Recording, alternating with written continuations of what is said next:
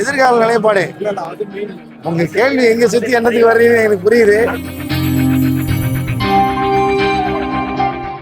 அரசு மேல்நிலைப்பள்ளி கழுகுமலை, அந்த இங்கே நான் படித்த பள்ளிக்கூடம், அதோட ரீயூனியன் வந்து நடக்குது.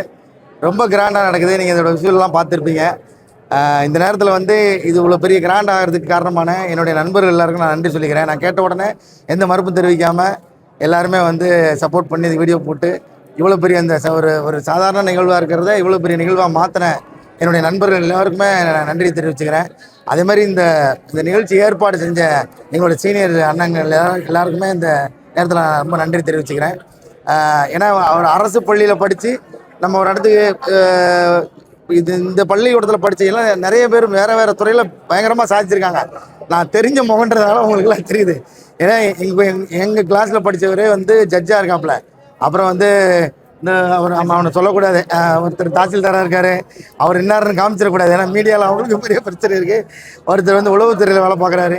இந்த மாதிரி பல்வேறு துறையிலையும் வந்து பயங்கரமாக சாதிச்சிருக்காங்க எங்கள் ஸ்கூலில் படித்தவங்க. ஏன்னா அரசு மேல்நிலை பள்ளியில் படித்த மாணவர்கள் பல்வேறு துறையில் சாதிச்சிருக்காங்கன்றது தெரியணுங்கிறது ஒரு காரணமாக இந்த நிகழ்ச்சி மூலமாக நான் இதை தெரிவிச்சுக்கிறேன். ரொம்ப ரொம்ப மகிழ்ச்சியாக இருக்குது. என்னுடைய பழைய நண்பர்கள்லாம் சந்தித்தது. இந்த ரீயூனியன் வந்து பயங்கர கிராண்டாக அமைகிறதுக்கு உழைச்ச அத்தனை நல்ல உள்ளங்களுக்கும் இதன் மூலம் நான் நன்றி தெரிவிச்சுக்கிறேன். ரொம்ப நன்றி. Thank you so much. ஆமாம், இது 30 வருஷம் கழிச்சு சந்திக்க போகிறேன்றதே பிரேம் சார் சொன்னதுக்கு அப்புறம் தான் ஞாபகம் வந்துச்சு. நான் 95, 96 10th பாஸ் அவுட்டு. அப்போ பிரேம் சார் வந்து அப்போ நீங்கள் என்ன ஐயா 30 years ஆகிடுச்சானாரு. ஏன்னா அவருக்கு நல்லா வருஷம் ஞாபகம் இருக்கும். அதனால் வந்து 30 வருஷம் அப்படின்னு எனக்கு எப்படி ஓடிச்சுன்னு தெரியல.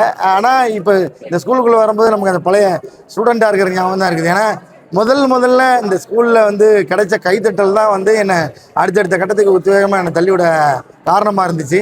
இந்த அரசு மேல்நிலைப்பள்ளி கழுகுமலையில் அந்த கலை இலக்கிய மன்றங்களில் பாட்டு பாடி அங்கேருந்து கிடைச்ச கைத்தட்டல் மூலமாக தான் கொஞ்சம் கொஞ்சமாக நம்ம மேலே முயற்சி பண்ணுறதுக்கான ஒரு உந்து சக்தி அமைஞ்சதே இந்த பள்ளிக்கூடத்தில் கிடைச்ச கைத்தட்டல் தான். திரும்பவும் அந்த மாணவர்கள்லாம் சந்திக்கும் போது ரொம்ப பெரிய மகிழ்ச்சியாக இருக்குது. இது மறுபடியும் இதை ஏற்பாடு செஞ்ச எல்லாருக்குமே என்னுடைய மனமார்ந்த நன்றி தெரிவிச்சுக்கிறேன்.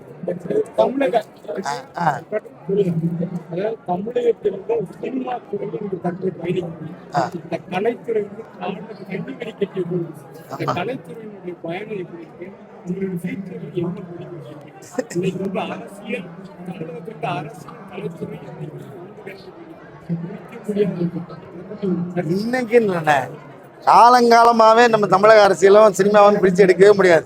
இன்னைக்குன்னு இல்லை, பல்வேறு எடுத்துக்கிட்ட நீங்கள் முதலமைச்சர் லிஸ்ட் எடுத்துக்கிட்டீங்கன்னாவே அதிகப்படியாக இருக்கிற முதலமைச்சர் கலைத்துறையிலேருந்து வந்தவங்க தான். அதனால் இன்னைக்கு அப்போ இருந்து இருக்குது. அது ரொம்ப மகிழ்ச்சியாக இருக்குது. அந்த துறையில் நாம் இருக்குது ரொம்ப மகிழ்ச்சியாக இருக்குது. உங்களுடைய பயணம்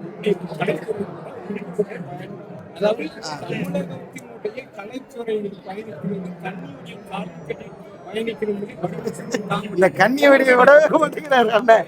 இல்லை கன்னி வெடி கட்டிக்கிற அளவுன்னு சொல்ல முடியாது. நல்ல இயக்குநர்கள் நல்ல வாய்ப்பு கொடுக்கறதுனால எனக்கு வந்து நல்ல படங்கள் கிடைச்சிட்டு இருக்குது. அதனால எனக்கு தெரிஞ்சு கன்னி வெடி கட்டிக்கிற அளவுக்கு எனக்கு பதட்டம் இல்லை. ஏன்னா எனக்குமே வந்து பெருசாக அதை சாதிச்சு அதில் பிடிச்சிருந்து இந்த கும்பை பிடிச்சி தூங்கணுன்றது நமக்கு எதுவும் அந்த மாதிரி ஆசைகள் இருந்தது இல்லை. கிடைக்கிற படங்களை சரியாக நடித்தா போதும் அப்படிங்கிற ஒரு மனநிலையில் இருக்கிறேன்னா, அதனால் எனக்கு வந்து நீங்கள் சொல்கிற மாதிரி கன்னி வெடி பதட்டம் எனக்கு இல்லை. சினிமாவும் அந்த மாதிரி இல்லைன்னு நினைக்கிறேன். ரொம்ப ஆரோக்கியமாக போயிட்டு இருக்கு. எதிர்கால நிலைப்பாடு. உங்க கேள்வி எங்க சுத்தி என்னத்துக்கு வர்றீங்கன்னு எனக்கு புரியுது. அந்த மாதிரி ஒரு துளி எண்ணமும் கிடையாது எனக்கு. ஏன்னா அரசியல் எல்லாரும் தான் அரசியல் ஈடுபட்டு இருக்காங்க. என்னைக்கு நம்ம ஓட்டு போட ஆரம்பிச்சிட்டோமோ அன்னைக்கு நம்ம வந்து அரசியல் போட ஆரம்பிச்சிட்டோம் அப்படின்னு அர்த்தம். அந்த வகையில் நான் ஒரு அரசியலில் என்னோட ஈடுபாடு என்னவா இருக்குன்னா ஒரு ஓட்டு போடுறதுலாம் இருக்கு.